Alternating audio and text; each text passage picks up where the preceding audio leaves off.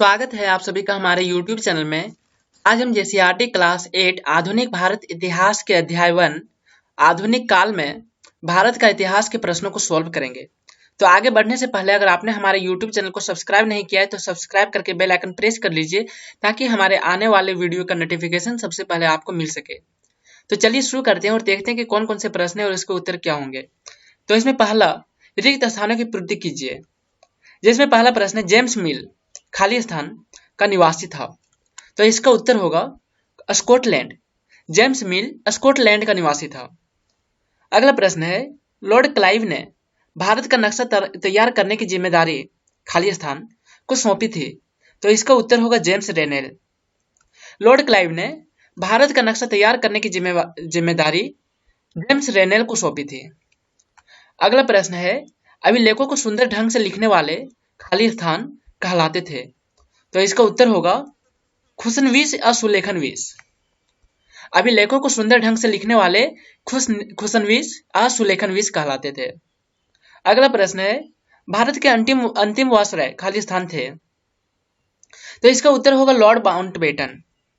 भारत के अंतिम viceroy Lord Mountbatten थे।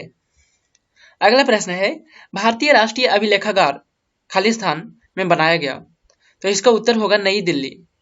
भारतीय राष्ट्रीय अभिलेखागार नई दिल्ली में बनाया गया है। अगला प्रश्न, सही और गलत का चिन्ह लगाइए। इसमें पहला प्रश्न है, लोगों ने चाय पीना कब से शुरू किया, इसकी निश्चित तिथि को बताया जा सकता है। तो इसका उत्तर होगा गलत।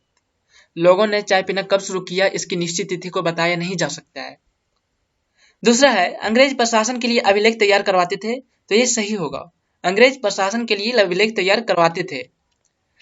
तीसरा प्रश्न है, सरकारी दस्तावेजों से हमें आम लोगों की सोच के बारे में पता चलता है। तो इसका उत्तर गलत होगा। सरकारी दस्तावेजों से हमें आम लोगों की सोच के बारे में पता नहीं चलता है, उससे बस हमें सरकारी अधिकारियों की सोच के बारे में ही पता चलता है।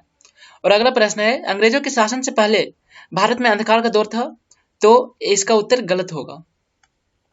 अगला तीसरा नंबर क्वेश्चन, निम्नलिखित प्रश्नों के उत्तर लिखें। इसमें पहला प्रश्न है, इतिहास में तारीखों का क्या महत्व है। तो इसका उत्तर होगा, इतिहास अलग अलग समय पर होने वाले परिवर्तनों के संबंध में बताता है। अतीत में चीजें किस तरह की थी और अब उनमें क्या बदलाव आए हैं। अतीत और वर्तमान की तुलना के क्रम में हम तिथिवार घटनाओं का विवरण ढूंढते हैं, इसलिए इतिहास में तारीखों का व्यापक महत्व है। अगला प्रश्न है, जेम्स मिल ने भारतीय इतिहास को किन किन कालखंडों में विभाजित किया है। तो इसका उत्तर होगा, जेम्स मिल ने भारतीय इतिहास को 3 अवधियों में विभाजित किया है, हिंदू, मुस्लिम और ब्रिटिश। अगला प्रश्न है, औपनिवेशिक युग किसे कहा जाता है। तो इसका उत्तर होगा, अंग्रेजों के शासनकाल में लोगों के पास समानता, स्वतंत्रता या मुक्ति नहीं थी और ना ही आर्थिक विकास और प्रगति का दौर था। इसे औपनिवेशिक युग कहा जाता था। अगला प्रश्न है, सर्वेक्षण से हमें क्या जानकारी मिल सकती है। तो इसका उत्तर होगा, ब्रिटिश सरकार द्वारा 19वीं सदी में प्रारंभ में भारत का नक्शा तैयार करने के लिए बड़े पैमाने पर सर्वेक्षण कराए गए। सर्वेक्षण के माध्यम से धरती की प्रकृति, मिट्टी की गुणवत्ता, पेड़ पौधों, जीव जंतुओं, फसलों, स्थानीय इतिहास, लोगों की संख्या, जाति, व्यवसाय एवं वन आदि के बारे में जानकारी प्राप्त की जा सकती है। अगला प्रश्न है, अभिलेखागार की आवश्यकता क्यों है।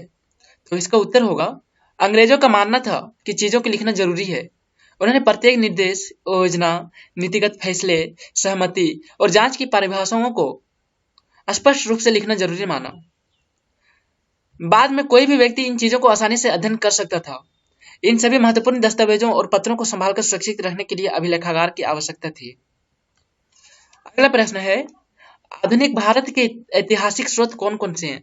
तो इसका उत्तर होगा, आधुनिक भारत के ऐतिहासिक स्रोतों में किले, मकबरे, शिलालेख, विदेशी यात्रियों की कृतियां, पांडुलिपियां और मूर्तियां बड़ी संख्या में मौजूद है। इसके अतिरिक्त अभिलेखागार और संग्रहालय से प्राप्त रिकॉर्ड्स महत्वपूर्ण ऐतिहासिक स्रोत हैं।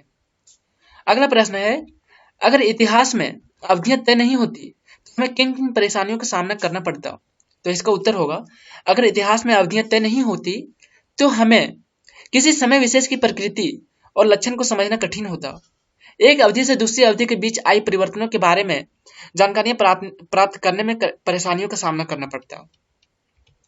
अगला प्रश्न है, इतिहास में तारीखों का महत्व होता है, आप इससे सहमत हैं? तो इसका उत्तर होगा हाँ। तिथि स्वयं अपने आप में महत्वपूर्ण नहीं होती है, लेकिन जब उस तिथि से किसी की कुछ आदत जुड़ जाती है तो वह तिथि महत्वपूर्ण बन जाती है।